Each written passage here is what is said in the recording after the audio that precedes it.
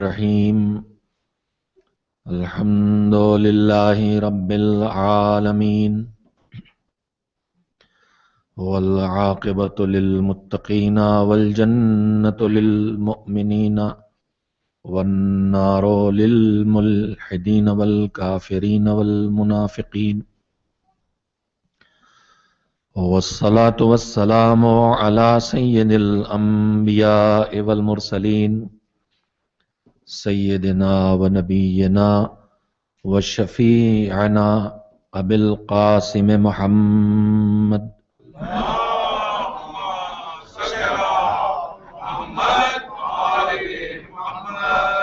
و آلہ الطیبین الطاہرین المعصومین المظلومین واللعنۃ الدائمۃ الباقیۃ علی اعدائہم اجمعین من الآن الى یوم الدین اما بعد فقد قال اللہ سبحانہ وتعالی فی کتابہ المبین وهو اصدق الصادقین وقولہ الحق بسم اللہ الرحمن الرحیم قل یا ایہا الناس انی رسول اللہ الیکم جمیعا الذی لہ ملک السماوات والارض لا الہ الا هو یحیی ویمیت فآمنوا باللہ ورسولہ النبی الامی الذی یؤمن باللہ وکلماتہ واتبعوہ لعلکم تہتدون صلوات بھیجیے محمد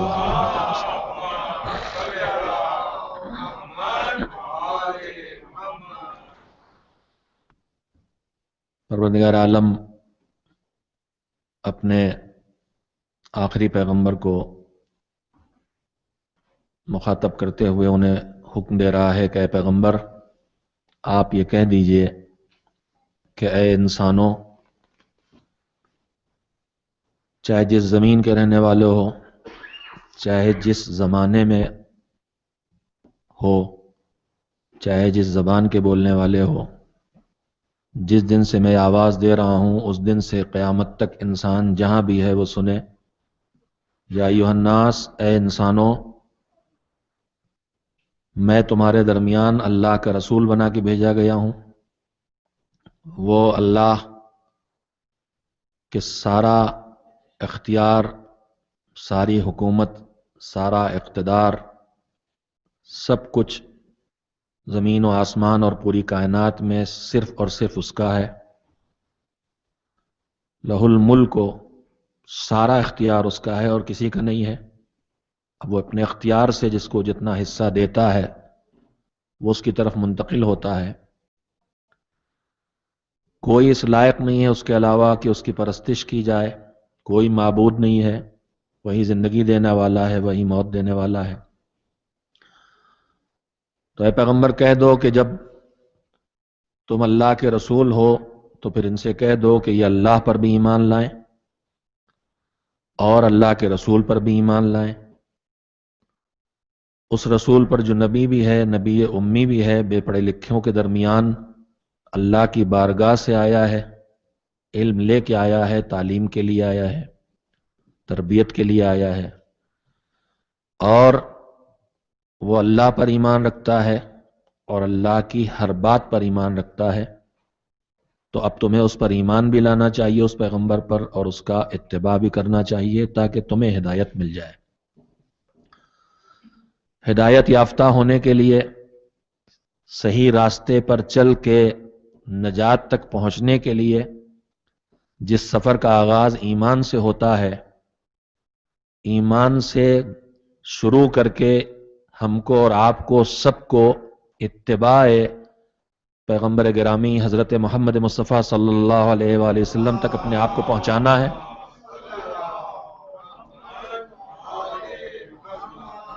میں روز دو جملے عرض کرتا ہوں کہ وہ تو کرنا ہی ہے جو وہ کہیں، اور اس سے تو رکنا ہی ہے جس سے وہ روکیں، یہ تو ہے اطاعت۔ اس سے ایک قدم اور آگے جانا ہے، ان پہ نگاہیں رکھنا ہے، ان کو پہچاننا ہے، ان کی سیرت کو دیکھتے رہنا ہے، اور ان کی سیرت کو دیکھ کر جو وہ کریں وہ ہمیں اپنی زندگی میں لانا ہے، اور جس چیز سے وہ دور رہیں اسے ہم اپنی زندگی سے اپنے آپ کو اس سے دور کرنا۔ ایک صلوات بھیجیے محمد والے محمد۔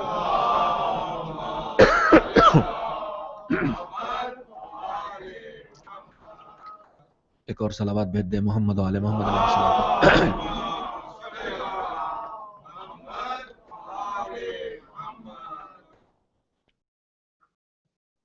ایمان سے اتباع تک اس عنوان سے جو گفتگو آپ کی خدمت میں شروع کی گئی تھی، اس کی آج چوتھی منزل اور چوتھا مرحلہ ہے۔ عزیزان محترم، پیغمبر اکرم نے جس سوسائٹی میں، جن حالات میں اور جس ماحول میں تبلیغ دین کا کام شروع کیا تھا، اس وقت کی کیفیت کو بھی قرآن مجید بیان کرتا ہے، اور 23 سال کی مسلسل تبلیغ اور رسالت کے کارنامے کو انجام دینے کے بعد جہاں تک پہنچایا تھا پیغمبر نے اس سوسائٹی کو، قرآن مجید اس کو بھی بیان کرتا ہے۔ اسی 23 برس کی وہ زندگی ہے پیغمبر گرامی کی کہ جس میں ہمیں بھی ان تمام خرابیوں سے اگر اپنے آپ کو دور کرنے کی فکر ہے جو بعثت کے آغاز میں اس پیغمبر نے جس سوسائٹی میں کام شروع کیا تھا وہاں موجود تھی، اور اگر ہمیں بھی یہ فکر ہے کہ ہم ان تمام خوبیوں کو اپنے اندر پیدا کر لیں جو 23 سالہ تبلیغ پیغمبر کے بعد اس سوسائٹی میں پیدا ہوئی تھی، تو اس سلیقے زندگی کو ہمیں اپنے پیغمبر سے ہی سیکھنا ہوگا۔ میں اس سلسلے میں اس وقت کے جو ہمارے معاشرے اور ہماری سوسائٹی اور ہمارے سماج کے جو مسائل ہیں ان میں سے ایک بنیادی مسئلے کی طرف اشارہ کرتے ہوئے سیرت پیغمبر اور سیرت معصومین کے سہارے سے راہ حل رکھنا چاہتا ہوں، لیکن پہلے ذرا 2 لفظوں میں محسوس کر لیں کہ پیغمبر نے کار تبلیغ شروع کیا تو اللہ اس ماحول کو کن لفظوں میں یاد کرتا ہے، اور جب کار تبلیغ مکمل کیا ہے تو اس صورتحال کو قرآن کن لفظوں میں بیان کرتا ہے۔ کہاں سے شروع ہوئی یہ تبلیغ، پیغمبر نے کن حالات میں تبلیغ دین شروع کی ہے، اس کا بیان سورہ جمعہ کی انہی آیتوں میں ہے جن کی تلاوت آپ اکثر کیا کرتے ہیں اور جس کو سنا کرتے ہیں۔ بسم اللہ الرحمن الرحیم۔ هو الذی بعث فی الامین رسولا منہم یتلو علیہم آیاتہ ویزکیہم ویعلمہم الکتاب والحکمہ۔ وہی ہے تمہارا پروردگار جس نے اپنے پیغمبر کو بھیجا بے پڑھے لکھے عربوں کے درمیان، انہی میں سے ایک کو اپنا پیغمبر بنا کے بھیجا، جس کی 3 ذمہ داریاں کل میں گفتگو کر چکا ہوں، کل یا پرسوں 3 ذمہ داریاں اس کے حوالے کی: آیات کی تلاوت، لوگوں کی کیریکٹر کی، کردار کی تربیت، ان کا تزکیہ نفس، اور ان کو کتاب و حکمت کی تعلیم۔ اس کے بعد اگلا جملہ کیا کہتا ہے قرآن؟ وَإِن كَانُوا مِن قَبْلُ لَفِي ضَلَالٍ مُبِينٍ۔ جن لوگوں کے درمیان پیغمبر یہ خدمت انجام دینے آئے ہیں یہ وہ لوگ ہیں جو پہلے سے کھلی ہوئی گمراہی میں پڑے تھے۔ تو وہ صورتحال جس میں پیغمبر مبعوث ہوئے ہیں، قرآن اسے کہہ رہا ہے ضلال مبین، کھلی گمراہی۔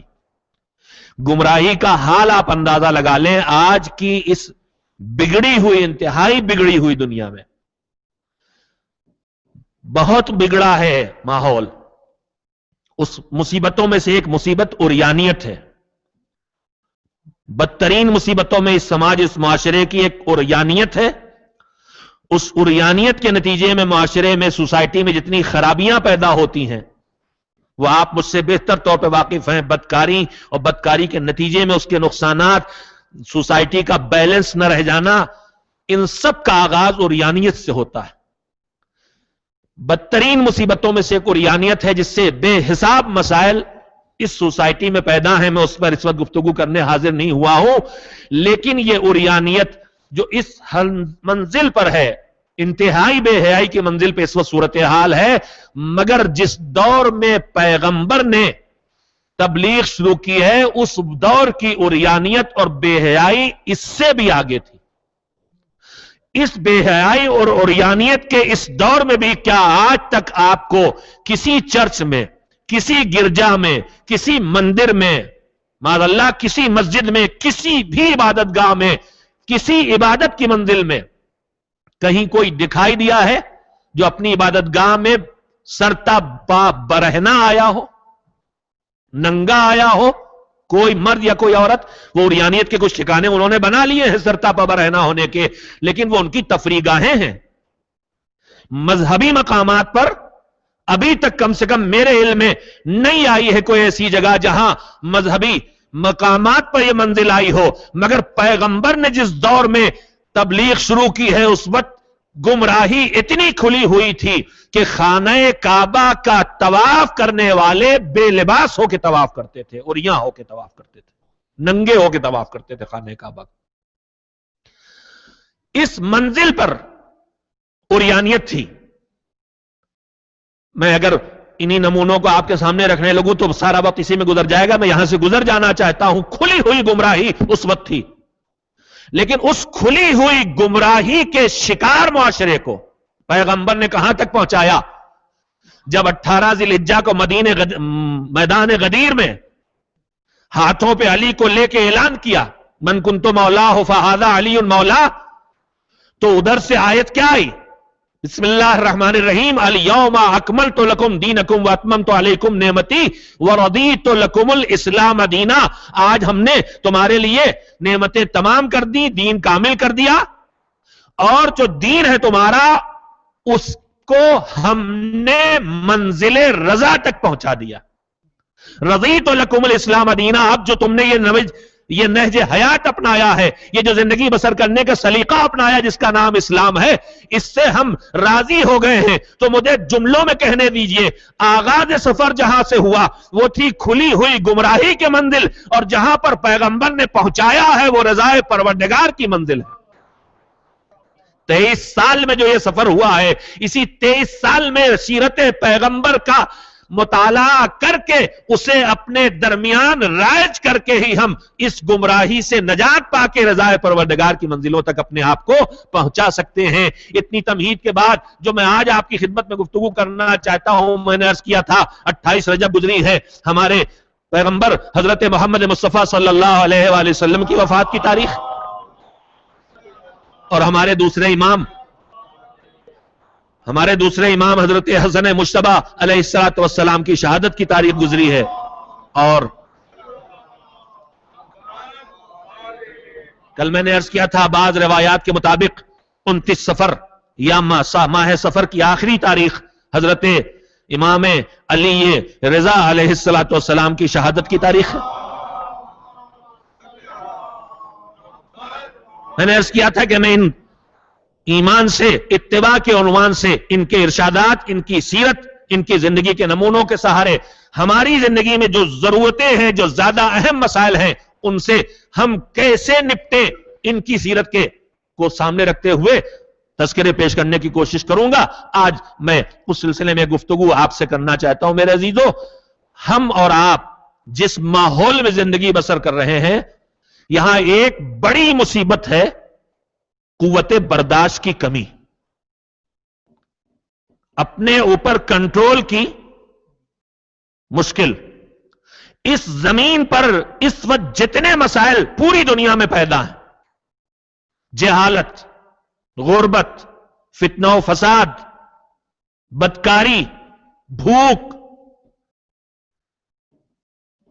نفرتیں، کینے، دشمنیاں، جس رخ سے جی چاہے آپ دیکھ لیں، جو اس زمین پر اس مخلوق کے مشکل ترین مسائل میں جہالت اور غربت کا شمار کیا جاتا ہے. اور اس کے نتیجے میں پھر بیماریاں ہیں، مسائل ہیں، مصائب ہیں، اور پھر نہ جانے کتنی مصیبتیں آتی ہیں. جتنی اس وقت زمین پہ مشکلات ہیں، میں کوئی دعویٰ نہیں کر رہا ہوں، میری کوئی ریسرچ نہیں ہے، ایک مذہب کے سہارے ایک سوچنے کا ایک باریک سا نقطہ ہے، شاید فکر کے آغاز کے لیے اچھی چیز ہو. میرے عزیزو، اس کی جڑ میں ہم آپ جائیں، ان سارے مسائل، یہ جنگیں، یہ خودکش حملے، یہ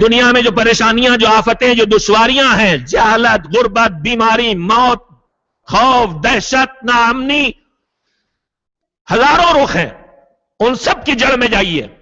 اللہ نے جو ہمیں قوتیں دی ہیں ہمارے وجود کے اندر ہماری زندگی بسر کرنے کے لیے، جن کی ہمیں ضرورت ہے، ہم ایک دوسرے تک بات پہنچا سکیں، ہمیں وہ زبان ملی ہے، ہم ایک دوسرے دیکھ سکیں، ہمیں آنکھیں ملی ہیں، ہمیں سننے کے لیے کان ملے ہیں، ہمیں بولنے کے لیے بھی زبان ملی، کھانے کے لیے بھی زبان ملی ہے، چھونے کے لیے، لین دین کرنے کے لیے ہاتھ پیر ملے ہیں۔ وہی جو کہا جاتا ہوا سے خمسہ 5 حصے، ہوا سے خمسہ ظاہرہ، سینسز جو ہمیں ملے ہیں، کیا ہے؟ باصرہ دیکھنے کی، شامہ سونگنے کی، بدبو خوشبو، ذائقہ چکھنے کی، لامسہ ٹچ کرنے کی، ٹھنڈا گرم کھردرا نرم، اور کون سی چھوٹی؟ سامعہ سننے کی۔ یہ قوتیں ملی ہیں ظاہری ضرورتوں کو پورا کرنے کے لیے۔ پھر اس کے بعد سوچنے کی طاقت، امیجن کرنے کی طاقت، تصور کی طاقت، خواہش نفس، اور بھی ضرورتیں جو اس نے ہمیں دی ہیں، جو زندگی کی باہر کی ضرورتیں ہیں ان کو اپنے وجود تک لانے کے لیے اس نے خواہشات دی ہیں۔ اگر خواہش نہ ہو تو آدمی خود بھی نہیں جیے گا اور نسلیں بھی نہیں چلیں گی۔ میں بہت زیادہ پھیل کے نہیں کہہ سکتا بات کو واضح کر کے، یہ خواہش ہے جو ہماری اور آپ کی زندگی کو بچائے بھی ہے اور اگلی نسلوں کو بڑھا بھی رہی ہے۔ دنیا کی آبادی اسی خواہش سے ہو رہی ہے۔ خواہشات ملے ہیں، اس کے ساتھ ساتھ غضب ملا۔ میں غصہ نہیں کہوں گا، غصہ بری چیز ہے، غضب بری چیز نہیں ہے۔ غضب وہ طاقت ہے جب آدمی فائدے کے لیے آگے بڑھے تو خواہش آگے بڑھاتی ہے، اور جب آدمی کی طرف نقصان بڑھ رہا ہو تو اس نقصان سے جو چیز بچاتی ہے وہ قوت غضبیہ کہتے ہیں اس کو۔ میں نے کہا نا گاڑھا تھوڑا رہے گا۔ غصہ، اس کے عربی میں غصے کو تیش کہتے ہیں۔ ابھی بتاؤں گا کہ دونوں میں فرق کیا ہے انشاءاللہ، آپ کی قوت برداشت کا مظاہرہ بھی ہو جائے گا یہیں پہ۔ تو میرے عزیزوں، جتنی قوتیں اللہ سے ہم کو ملی ہیں، سوچنے کی طاقت، تخیل، تعقل، تفکر، آج گاڑی رہے گی۔ تخیل کیا ہے؟ سوچنا، خالی خیالی دنیا میں اڑ رہے ہیں، جھما جھم جو نماز میں ہوتا ہے۔ توہم، یہ سب ضرورتیں ہیں لیکن ان کا بیجا استعمال اور توہم، بیٹھے ہیں کہیں ایک دم سے تنہائی میں بیٹھے اور خیال ہو گیا چاروں طرف سے چڑیلے، بھوت پریت، توہمات، بلی کاٹ گئی راستہ، یہ سب بیجا استعمال ہے۔ اصل ضرورت میں وہی تو کہنا چاہتا ہوں، قوت واہمہ آدمی سوچ کے کام کو، بلڈنگ کا نقشہ، ایک کھڑی عمارت تیار کرنا ہے تو شروع کہاں سے کریں گے؟ اسی واہمے سے شروع کریں گے، آنکھیں بند کر کے مکان سوچیں گے تو بنائیں گے۔ تو نہ جانے کتنی قوتیں ملی ہیں اللہ نے جو ہمیں دی ہیں۔ ان قوتوں کو استعمال کرنا ہے ہمیں ان حدوں میں رہ کے جو اللہ کی طرف سے معین ہے۔ اب میں اتنا وقت لینے کے نتیجے میں جو جملہ کہنا چاہتا ہوں، میرے عزیزوں غور کر لیجئے گا، اس زمین پر جتنے مسائل اور مشکلات انسانی زندگی کے لیے پیدا ہو رہے ہیں، چاہے انسان کی اپنی ذاتی اور انفرادی زندگی کے لیے، چاہے گھریلو زندگی کے لیے، بزنس کا ٹوٹنا، میاں بیوی کے جھگڑے، اولاد کی نالائقیاں، ماں باپ کی پریشانیاں، جتنے مسائل پیدا ہو رہے ہیں، چاہے انفرادی ہو چاہے اجتماعی ہو، ملکوں کے جھگڑے، سب پہ غور کر لیجئے گا۔ میرے عزیزوں، اللہ نے ہمیں جن قوتوں سے نوازا ہے، ان کا جب تک وہاں استعمال ہو جہاں استعمال کے لیے انہیں دیا گیا ہے، تب تک وہ نتیجہ آتا ہے جو زندگی میں سکون اور راحت لاتا ہے۔ زحمتیں اور مسائل، یہ جملہ کہنے کے لیے توقع لے لیا، زحمتیں اور مسائل تب پیدا ہوتے ہیں جب ان میں سے کوئی قوت بیکار رہ جاتی ہے یا کوئی قوت بے قابو ہو جاتی ہے۔ انہی طاقتوں کے استعمال میں جہاں ہم نے اپنی اللہ سے ملی ہوئی صلاحیتوں اور استعداد کا، کیپیسٹی کا چھوڑ دیا، استعمال نہیں کیا، مسائل کھڑے ہوں گے۔ جہالت نتیجہ ہوگا مثلا اللہ کی دی ہوئی قوت کے استعمال نہ کرنے کا۔ غربت، بھوک نتیجہ ہوگی مثلا اللہ کی دی ہوئی قوتوں کے استعمال نہ کرنے کا۔ لیکن قتل و غارت، مار پیٹ، اللہ کی دی ہوئی قوت کے بے قابو ہو جانے کا نتیجہ ہوگا. مار پیٹ اللہ نے مجھے ڈیفنس کی طاقت دی تھی تاکہ اپنی حفاظت کر سکوں. اب میں کسی کو اگر بیجا مارتا ہوں، گالی دیتا ہوں، تکلیف پہنچاتا ہوں، فساد کھڑا ہوتا ہے، بم مار رہا ہوں، تو میرے عزیزوں یہ وہ قوت بے قابو ہوئی ہے. میں دو لفظوں کو بار بار دہراؤں گا، اس کے بغیر میری بات آگے نہیں بڑھ سکے گی. اللہ سے ملی ہوئی قوتیں جو زندگی کی ضرورتیں ہیں، زندگی کے مسائل اس سے پیدا ہوتے ہیں کہ یہ قوتیں یا تو بیکار رہ جاتی ہیں یا بے قابو ہو جاتی ہیں. سارے ملکوں میں نظر ڈال کے دیکھ لیجئے، مسائل جو کھڑے ہیں یا ان قوتوں کے بیکار رہنے سے پیدا ہو رہے ہیں یا ان قوتوں کے بے قابو ہونے سے پیدا ہو رہے ہیں. دو ہی وجہ ہیں جس کی وجہ سے انسانیت کی پریشانی کھڑی ہو رہی ہے. مذہب کا کام یہ ہے کہ وہ نہ کسی قوت کو بیکار رہنے دے اور نہ کسی قوت کو بے قابو ہونے دے. بیکاری سے اللہ کی دی طاقتوں کو بچانے کے لیے وہ واجب اور مستحب کے احکام جاری کرتا ہے تاکہ قوتیں بیکار نہ رہیں، اور بے قابو ہونے سے بچانے کے لیے حرام اور مکروہ کے بریک لگاتا ہے تاکہ بے قابو نہ ہونے پائے. قوتیں یا تو بیکار رہ کے نقصان پہنچاتی ہیں، جہاں بولنا چاہیے آدمی بول نہیں رہا ہے، نقصان ہوگا. جہاں زیادہ بولنا، جہاں نہ بولنا چاہیے وہاں بول پڑے گا، نقصان ہوگا. جہاں دیکھنا چاہیے وہاں نہیں دیکھ رہا ہے، آنکھیں بند کر کے گاڑی چلا رہے ہیں، لڑ نہیں ہے. اور اگر آنکھیں بند کر لینا چاہیے، جھکا لے لینا چاہیے، اور آنکھیں پھر کھلی ہیں تو گھر میں آگ لگ نہیں ہے.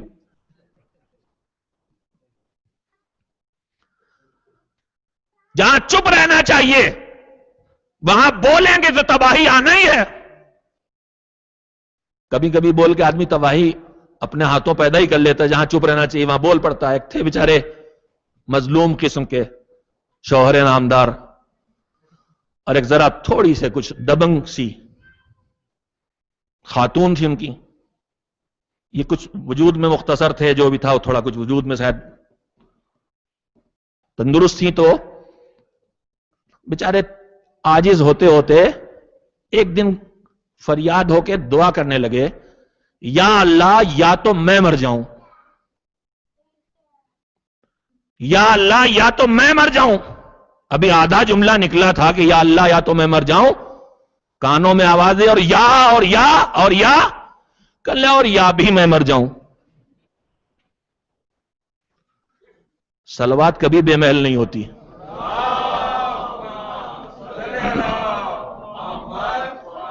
زندگی میں جو مسائل و مشکلات پیدا ہوتے ہیں میرے عزیزوں، میں نے سمیٹ کے بات کہی ہے، مگر خدا کے لیے غور کیجئے گا.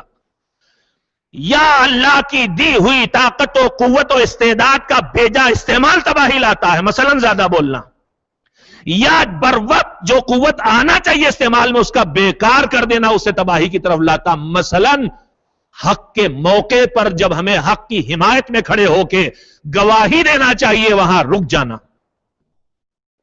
مظلوم کی حمایت میں جب ہمیں بولنا چاہیے وہاں اپنے آپ کو اس سے روک لینا. مسائل کھڑے ہوں گے یا قوتوں کے بیکار ہو جانے سے یا قوتوں کے بے قابو ہو جانے سے. ان دو لفظوں کو کم سے کم دماغ میں فی الحال محفوظ کر لیجئے اور غور کرنے کی کوشش کیجئے گا. میرے عزیزوں، پیغمبر نے جو نظام دین دیا ہے اس نظام دین میں انہی قوتوں کو بیکار رہنے اور انہی قوتوں کو بے قابو ہونے سے بچانے کا نظام دیا ہے. ہمارے معاشرے کی اس وقت کی ایک بڑی مشکل ہے جس کا نام ہے فرسٹریشن. ہر آدمی چڑچڑا ہو رہا ہے، مسائل ہیں.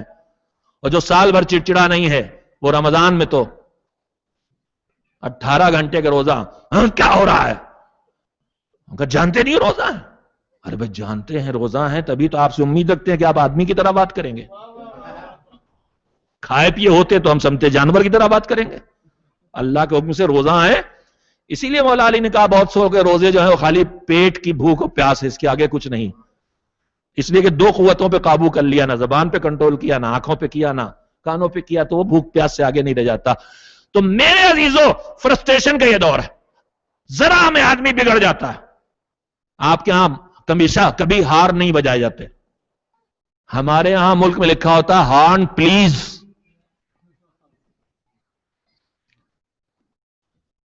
یہاں اگر کوئی ہارن بجا دے تو گالی ہے نا. اور ایسے تو بالکل نہیں بجتے، لیکن ایک ذرا سے لائٹ پہ، اب کیا کریں، موبائل پہ کچھ ایسا بات چل رہی ہے کہ اگر ادھر سے دماغ ہٹا تو گھر پہ جا کے پٹائی ہونا ہے. اب ذرا چند سیکنڈ بس لیٹ ہوا, پیچھے سے پو پی شروع, فرسٹریشن. تو یہ فرسٹریشن جس کا ہم بھی شکار ہیں, یہاں تو اب ایک اصول لکھا دکھائی دینے لگا ہے جگہ جگہ قدم قدم پہ, نو ٹالرنس. نو ٹالرنس ایک جگہ بالکل صحیح ہے اور ایک جگہ بالکل غلط ہے. اسلام کہتا ہے پرسنل معاملات میں, ذاتی معاملات میں اونلی ٹالرنس, اور مذہبی معاملات میں نو ٹالرنس. ہمارا معاشرہ بالکل الٹ گیا ہے, مذہبی معاملات میں ٹالرنس ہی ٹالرنس. صاحبزادے نماز نہیں پڑھتے ہیں, ارے بچے ہیں, گناؤں دو چار, نہ گناؤں, نو ٹالرنس. سلوات بھیجیے. اچھا,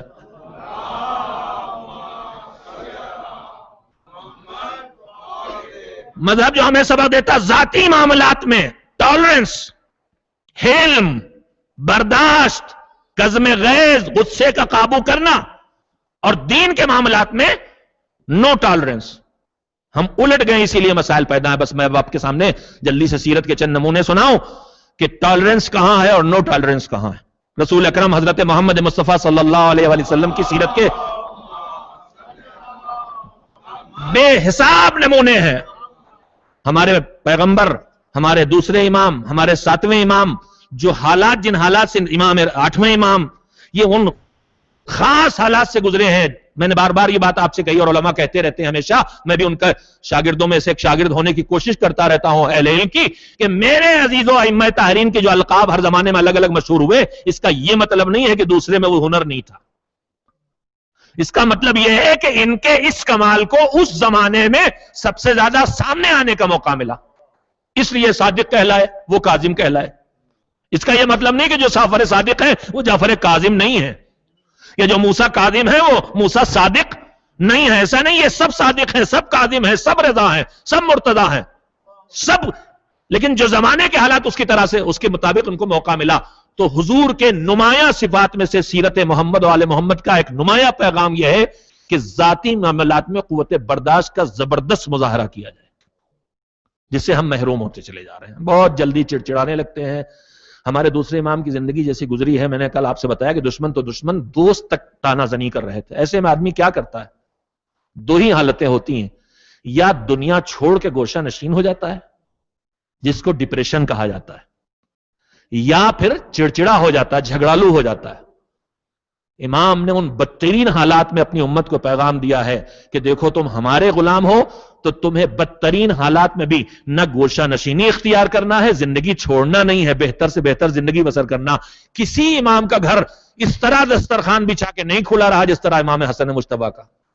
نہ ملنے کا مزاج پیدا ہو جاتا مایوسیوں میں, کہا دیکھو ہمارے یہاں ہر وقت بھیڑ لگی ہوئی, ہر وقت دسترخوان بچھا, ہر وقت کھانے والے موجود ہیں. یعنی مایوسی کا شکار نہیں ہونا. اور دوسری طرف خوش مزاجی, چڑچڑے پن کے بجائے عام حالات سے زیادہ خوش مزاجی کا ثبوت ان کی زندگی دے رہی. واقعات آپ کے سامنے, مجھے ان کو دہرانے کی ضرورت نہیں ہے. جو وہ شام سے آیا تھا کمبخت, جو پہچانتا نہیں, معاویہ سے سیکھ کے آیا تھا, امام کو دیکھ کے پہچانا کہ کون ہے, فرزند علی حسن ہے. اس نے اپنی پوری زبان کی طاقت خرچ کر دی ان کو برا بھلا کہنے میں. امام مسکراتے رہے, اور جب وہ چپ ہو گیا تو اس نے ان کو برا کہنے میں طاقت صرف کی تھی, انہوں نے اس کی مزاج پرسی میں اپنی زبان کی طاقت خرچ کرنا شروع کی. مسافر ہے, تیری ضرورتیں ہیں, گھر چاہیے گھر چل, سامان چاہیے سامان دیں, مدد چاہیے مدد دیں, جتنے دن رہنا ہو رہے. ایک فہرست پوری پیش کر دی جو کسی انسان کی ضرورت ہو سکتی ہے. چند لمحوں میں وہی جو گالیاں دے رہا تھا وہی کہہ رہا تھا, آپ اب پھر سے مجھے مسلمان بنائیے. واقعہ آپ کے سامنے ہے. جو اس بدتمیزی اور بدسلوکی کے بعد ہم آپ بہت کریں گے تو چپ رہ لیں گے, جو بھی ہمارے بس کا آسان نہیں ہے. لیکن وہاں تو اس کا الٹا معاملہ ہے. کہ آپ مجھے اپنا بنا لیجئے, بنا لیا. ایک جملہ یہاں پہ کہنے کا جی چاہتا ہے, اگر بابا کا کمال یہ ہے کہ وہ ڈوبتے ہوئے سورج کو مغرب سے پلٹا لیتے ہیں, تو بیٹے کا کمال یہ ہے کہ ڈوبتی ہوئی انسانیت کے سورج کو غروب ہونے کے بعد پھر سے طلوع کی منزل میں لے آتے ہیں.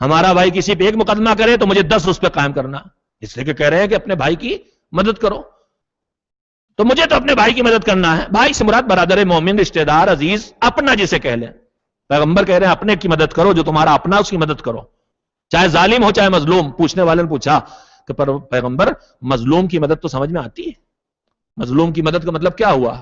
کوئی بیچارہ بے جرم و خطا پٹ رہا ہے تو اس کی مدد کیا ہوگی؟ اسے بچا لیں، اسے روک لیں۔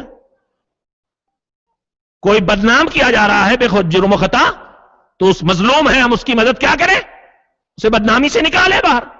کسی کے خلاف کوئی غیبت ہو رہی ہے تو ہم حتی الامکان اس کی صفائی دیں، اس کی مظلومیت میں اس کی مدد کریں۔ تو مظلوم کی مدد تو سمجھ میں آتی ہے کہ ظلم سے بچا لو، بڑی قیمتی بات ہے میرے عزیزو زندگی کے لیے۔ پیغمبر نے کہا مظلوم کی مدد کرو، کہا مظلوم کی مدد ہے اس کو ظلم سے بچانا، مگر یہ میرا بھائی جو ظلم کر رہا ہے اگر، تو میں اس کی مدد کیسے کروں؟ کیا اس کے ظلم میں شریک ہو جاؤں؟ یہی سمجھ میں آ رہا ہے نا، ظالم کی مدد کیسے ہوگی؟ جو وہ کر رہا ہم بھی وہی کریں، وہ لڑ رہا ہم بھی لڑنے لگے، وہ مار پیٹ کر رہا ہم بھی مار پیٹ کرنے لگے، وہ لوگوں کا مال چھین رہا ہم بھی چھیننے لگے، وہ گالم گلوچ کرتا ہم بھی گالم گلوچ کرنے لگے۔ جس سے کہ پیغمبر نے کہا اپنے بھائی کی مدد کرو چاہے ظالم ہو۔ پیغمبر نے کہا نہیں، مظلوم کی مدد ہے اس کو ظلم سے بچانا، اور ظالم بھائی کی مدد ہے اس کو ظلم سے روکنا۔ اپنے ظالم بھائی کی مدد کرو یعنی اسے ظلم سے روکو، برائی سے روکو، گناہ سے روکو۔ اس لیے کہ روایت میں اور بالکل سچی بات ہے کہ جب کوئی آدمی کوئی بھی غلطی، گناہ، ظلم، جبر، تشدد کرتا ہے تو وہ ظلم بعد میں اس پر کرتا ہے، پہلے اپنے اوپر کرتا ہے۔ نہیں، اس کی گہرائی پہ غور کریں۔ کہ ظالم جب کسی پہ ظلم کرتا ہے تو پہلا ظلم وہ اپنی ذات پہ کرتا ہے، اس کے بعد مظلوم پہ کرتا ہے۔ کس طرح؟ اگر میں نے کسی کو گالی دی ہے تو اس کا مطلب یہ ہوا کہ اس کی توہین ہوئی ہے، لیکن اس سے پہلے میں نے اپنے اوپر ظلم کیا ہے، اس لیے کہ اب میں نے اپنے مقابلے میں اللہ کو کھڑا کر لیا ہے۔ روایت کہتی ہے کہ جب کہیں زمین پہ جھگڑا شروع ہوتا ہے تو 2 فرشتے آتے ہیں، ان میں اگر جھگڑے کرنے والوں میں ایک حدیں پار کر رہا ہے اور ایک قوت برداشت کا مظاہرہ کر رہا ہے۔ خاموشی جو ہمیں سکھایا گیا، ذاتی معاملات میں ہی سکھایا گیا ہے کہ اگر جھگڑا ہوتا ہے ایک حدیں پار کر رہا ہے اور ایک قوت برداشت کا مظاہرہ کر رہا ہے، تو فرشتے آ کے کہتے ہیں جو حدیں پار کر رہا ہے، جو سب زبانی گالم گلوچ الزام تراشی کر رہا ہے، اس سے کہتے ہیں قلتا وقلتا قلتا وقلتا وانت اہل لما قلتا۔ اب میں ذرا اس کا ترجمہ بالکل نارمل سی زبان میں کرتا ہوں، بہت بکا تو، بہت بکا تو، اور تو تھا ہی اسی لائق جو تو نے کیا، اسی کے لائق ہی، بس اس سے آگے تیری اوقات نہیں ہے۔ قلتا وقلتا وانت اہل لما قلتا، تو نے تو کر دکھایا، اس سے آگے کہ تیرے اندر صلاحیت نہیں۔ وسط تو جادا بما قلتا، مگر جو تو بولا ہے اس سب کا بدلہ تجھے ملے گا۔ جو تو نے کہا تو اسی لائق تھا، تو نے اپنی اہلیت دکھائی ہے اور تجھے اس کا بدلہ ملے گا۔ پھر جو صاحب علم ہے، جو خاموشی اختیار کر رہا، جو جھگڑے کو مٹانے کی کوشش کر رہا، اس کی طرف فرشتے مل کے مڑ کے کہتے ہیں تو نے صبر کیا، تو نے حلم کیا، اللہ تیری مغفرت کرے گا اس وجہ سے، اگر اپنے اس صبر و حلم کو تو باقی رکھ سکا۔ صبر و حلم باقی نہ ہو تب بھی صلوات بھیج دینے میں کیا حرج ہے بھائی؟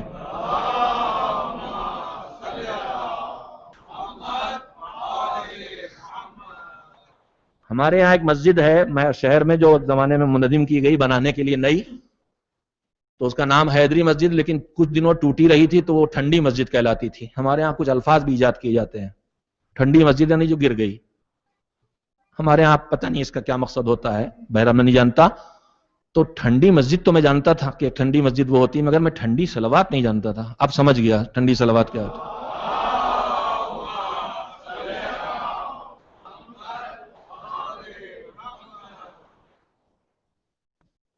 کسی باشعور حکمت والے سے میں اس میں مسلسل آپ کی خدمت میں چھوٹے چھوٹے تذکرے اس لیے رکھ رہا ہوں کہ آج ہمارے معاشرے کی ایک بہت بڑی آفت ہے فرسٹریشن، اور اس فرسٹریشن کے نتیجے میں مغلوب الغضب، جلدی سے غصہ کرنا، قوت برداشت، ایک ذرا سے، خیر یہاں میں نے نہیں گفتگو سنی، لیکن جن علاقوں میں ٹھنڈک اور گرمی دونوں ہوتی ہے، اے سی میں رہنے کے عادی ہو گئے، ٹمپریچر ذرا سے بڑھا، اوف آج بڑی گرمی ہے۔